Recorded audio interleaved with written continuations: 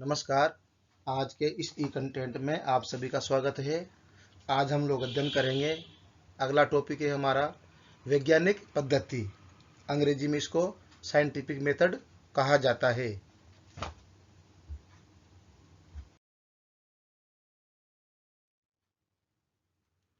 इसके पश्चात आइए हम लोग अध्ययन करते हैं वैज्ञानिक पद्धति का अर्थ एवं परिभाषा। मानव एक ज्ञान पिपासु प्राणी है। वह अपने चारों ओर की घटनाओं के प्रति जागरूक रहता है। वह सत्य तक पहुंचने का निरंतर प्रयास भी करता रहता है। अपनी विभिन्न आवश्यकताओं की पूर्ति करने के लिए उसने समय समय पर अनेक आविष्कार और खोजें किए। इसी स्वभाव के परिणाम स्वरूप उसने आग की खोज की तथा चाक और पहिए का आविष्कार भी किया। प्रारंभ में विभिन्न आविष्कारों एवं खोजों की गति बहुत ही धीमी रही है, लेकिन जैसे जैसे मानव प्रगति के पथ पर आगे बढ़ता गया, वैसे वैसे उसने सत्य की खोज एवं विश्व की ज्ञान प्राप्ति के लिए विशिष्ट विज्ञानों की स्थापना भी की, अध्ययन की नई नई विधियों का निर्माण भी किया और ज्ञान के भंडार को वर्गीकृत करके उन्हें भौतिक और अभौतिक विज्ञानों के स्वरूप में विशिष्टताएं प्रदान की है। इस प्रकार वह विभिन्न खोजों, आविष्कारों और ज्ञान प्राप्ति के लिए कोई सरल, सादा और छोटा रास्ता नहीं है। इसके लिए विभिन्न विज्ञानों और उनके अध्ययन की विशिष्ट पद्धतियों का निर्माण करना अत्यंत ही आवश्यक है। यहाँ पर कार्ल पियर्सन ने अपनी परिभाषा में कहा है कि सत्य तक पहुंचने के लिए कोई लघु मार्ग नहीं है। विश्व का ज्ञान प्राप्त करने के लिए वैज्ञानिक पद्धति के द्वार मार्ग से गुजरने के अतिरिक्त और कोई मार्ग भी नहीं है। इसके अतिरिक्त हमारे समाजशास्त्री जो हैं वो है कोहेन और नेगेल। वो कहते हैं कि वैज्ञानिक पद्धति को सर्वप्रथम विशेषता यह होती है कि उसके द्वारा वास्तविक तथ्यों को प्राप्त करने का प्रयास किया जाता है, न कि इच्छित तथ्यों का। इसकी दूसरी विशेषता यह है कि प्रत्येक अनुसंधान अपने में विशिष्ट होता है। इसके बाद हमारे समाजशास्त्री हैं कार्ल पियर्सन। उन्होंने वैज्ञानिक पद्धति की 3 विशेषताएं बताई है। पहला है, वैज्ञानिक पद्धति तथ्यों का वर्गीकरण करती है। तथ्यों में वास्तविक कारण प्रभाव संबंध के क्रम का निरीक्षण भी करती है। दूसरा है, यह वैज्ञानिक नियमों की खोज करती है। और तीसरा है, स्वयं ही किसी विषय का आलोचनात्मक मूल्यांकन भी करती है। इस प्रकार यह स्पष्ट हो जाता है कि वैज्ञानिक पद्धति अध्ययन की निष्पक्ष, वस्तुनिष्ठ, कार्य कारण पर आधारित, क्रमबद्ध, व्यवस्थित, तार्किक और अनुभविक प्रणाली है जो सामान्यीकरण, पूर्वानुमान और भविष्यवाणी करने में भी सक्षम होती है।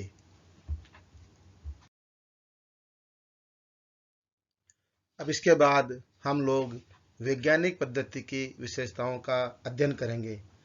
वैज्ञानिक पद्धति की विशेषताओं में इसके मैं मुख्य मुख्य बिंदु आपके सामने प्रस्तुत करता हूं।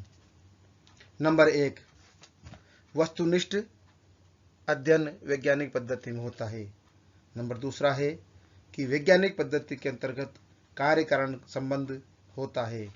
नंबर 3 है, वैज्ञानिक पद्धति में तार्किकता का अनुभव भी होता है। नंबर 4 है, इसके अंतर्गत एक निश्चितता पाई जाती है। नंबर 5 है कि वैज्ञानिक पद्धति के द्वारा सत्यापनशीलता भी होती है। नेक्स्ट है, वैज्ञानिक पद्धति में सामान्यता का नियम भी पाया जाता है। नंबर 7 है, वैज्ञानिक पद्धति में भविष्यवाणी करने की क्षमता होती है। और इसके बाद नंबर 8 है कि इसके पश्चात सैद्धांतिकरण की स्थापना की जाती है। तो इस प्रकार ये वैज्ञानिक पद्धति की विशेषताएं कहलाती है। इसके पश्चात अब हम वैज्ञानिक पद्धति के चरण इसके बारे में अध्ययन करेंगे। इसके चरण कितने प्रकार के होंगे, हम प्रत्येक चरण का यहाँ पर अध्ययन करेंगे।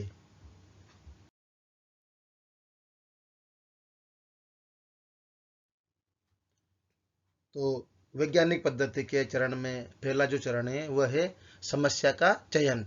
समस्या का चयन हम लोग किस प्रकार से करते हैं कि संसार बहुत बड़ा है, घटनाएं तथा समस्याएं असंख्य हैं। वैज्ञानिक को अपने विषय ज्ञान, उपलब्ध साहित्य, क्षमता आदि के आधार पर सर्वप्रथम समस्या का चयन करना होता है कि वह किस समस्या का अध्ययन करना चाहता है। दूसरा है उद्देश्यों का निर्धारण। किसी भी अध्ययन को प्रारंभ करने से पहले उसके उद्देश्यों को निश्चित करना परम आवश्यक होता है, और यही बात बच्चों वैज्ञानिक पद्धति पर भी लागू होती है। इसलिए वैज्ञानिक पद्धति अध्ययन का दूसरा महत्वपूर्ण चरण समस्या से संबंधित उद्देश्यों को निश्चित करने से है। किसी भी समस्या से संबंधित अध्ययन के मुख्यतया दो उद्देश्य होते हैं, नंबर 1 सामान्य और नंबर 2 विशिष्ट। उद्देश्य तय हो जाने के पश्चात समय, धन और श्रम की बचत होती है।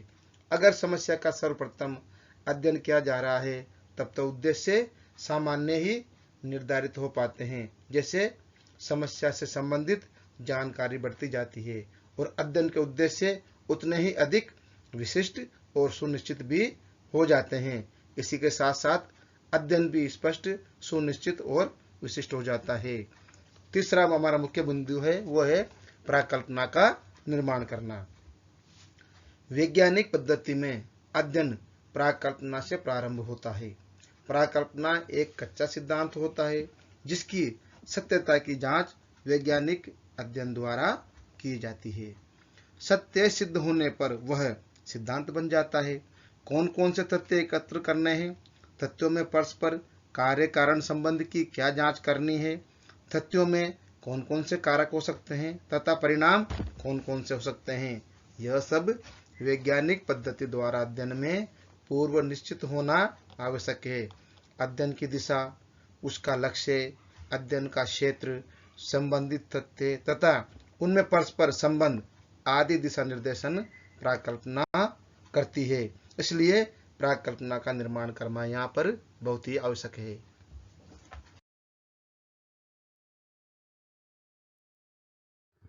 अगला नंबर 4 जो है वो है अध्ययन क्षेत्र का चयन। वैज्ञानिक पद्धति के अंतर्गत प्राकल्पना के निर्माण के बाद ऐसे अध्ययन क्षेत्र का चयन किया जाता है जहां पर प्राकल्पना से संबंधित तथ्य उपलब्ध हो, और प्राकल्पना की जांच करने के लिए उपयुक्त समग्र या अध्ययन क्षेत्र का चयन एक महत्वपूर्ण चरण है जिस पर वास्तविक तथ्यों का संकलन तथा प्राकल्पना की सत्यता की जांच भी निर्भर करती है। इसके बाद है 5वां पॉइंट, प्रविधियों का चयन। वैज्ञानिक पद्धति के अनुसार जब अध्ययन किया जाता है तो अध्ययन के क्षेत्र से तथ्यों का संकलन करने के लिए विभिन्न प्रविधियों या यंत्रों का उपयोग किया जाता है, और तथ्य संकलन के लिए प्रविधियों का उपयोग इस बात पर निर्भर करता है कि अध्ययन के क्षेत्र की प्रकृति कैसी है, प्राकल्पना कैसी है, सूचनादाता शिक्षित है अथवा अशिक्षित आदि। वास्तविक अध्ययन से पूर्व उपयुक्त तथ्य संकलन की प्रविधियों तथा उपकरणों का चयन भी इस पद्धति के अंतर्गत किया जाता है। नंबर 6 है अवलोकन। It means observation.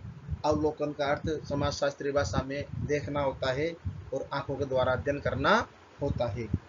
यहाँ पर समाजशास्त्री जो है गुड्डे एवं हार्ट ने लिखा है कि वैज्ञानिक अध्ययन अवलोकन से प्रारंभ होता है तथा अपनी प्रामाणिकता के लिए अवलोकन पर ही आकर समाप्त होता है। वास्तविक अध्ययन वैज्ञानिक द्वारा अध्ययन के क्षेत्र तथा इकाइयों के अवलोकन से प्रारंभ होता है। अवलोकन के द्वारा वैज्ञानिक सत्यता का पता लगा लेता है, और वह अवलोकन कैसे करेगा, नियंत्रित या अनियंत्रित, सहभागी या असहभागी आदि, इस बात पर निर्भर करता है कि समस्या क्या है, तथ्यों की प्रकृति कैसी है अवलोकन के अंतर्गत ही आती है।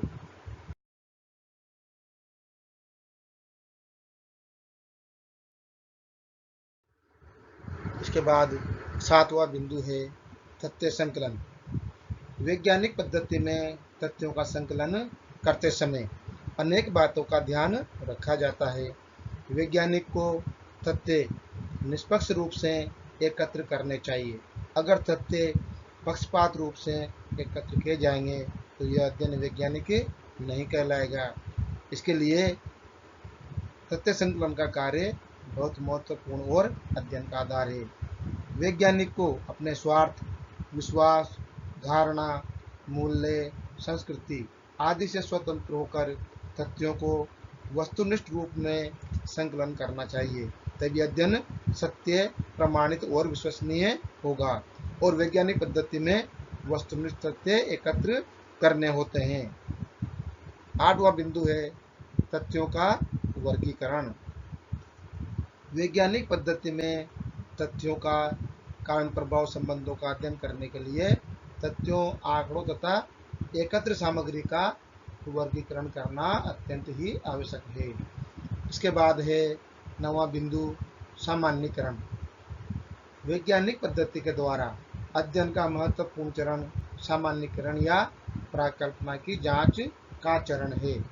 इस चरण को अनेक नामों से पुकारा जाता है, जैसे उपसंहार, निष्कर्ष, सामान्यीकरण, नियमों का प्रतिपादन आदि। इस प्रकार वैज्ञानिक पद्धति में अधिकतर समस्या प्राकल्पना के रूप में रखी जाती है तथा उसी के अनुसार यह चरण सामान्यीकरण भी कहलाता है। इसका अंतिम बिंदु है वैज्ञानिक पद्धति का, वो है प्रतिवेदन। It means report. अंतिम में हम लोग क्या रिपोर्ट प्रस्तुत करते हैं उसके बारे में हम लोग अध्ययन करेंगे। तो यहाँ पर जो है समाजशास्त्री गुड्डे एवं हार्ट ने लिखा है कि जब वैज्ञानिक पद्धति के द्वारा किया गया अध्ययन सामान्यीकरण अथवा सैद्धांतिकरण पर ही समाप्त नहीं हो जाता, बल्कि अध्ययन की संपूर्ण प्रक्रिया को ज्यों का त्यों लिखना अत्यंत ही आवश्यक है। प्रतिवेदन में अनुसंधानकर्ता को प्रारंभ से लेकर प्राकल्पना की जांच तक जो कुछ उसने किया है उसे ठीक उसी प्रकार से लिपिबद्ध कर देना चाहिए। ऐसा करना दो उद्देश्यों की पूर्ति के लिए अत्यंत आवश्यक है। प्रथम, वैज्ञानिक ने अध्ययन किन प्रक्रियाओं से गुजरकर पूरा किया है, जिससे अन्य साथी वैज्ञानिक देख सकें कि अध्ययन किस सीमा तक वैज्ञानिक पद्धति के अनुसार किया गया है। और दूसरा, अगर कोई वैज्ञानिक उस अध्ययन की जांच करना चाहे तो वह वैज्ञानिक पद्धति की उन्हीं प्रक्रियाओं का पालन करते हुए अध्ययन की सत्यता, प्रामाणिकता तथा विश्वसनीयता की जांच कर सके। तो इस प्रकार बच्चों, हमने आज वैज्ञानिक पद्धति का संपूर्ण अध्ययन किया है।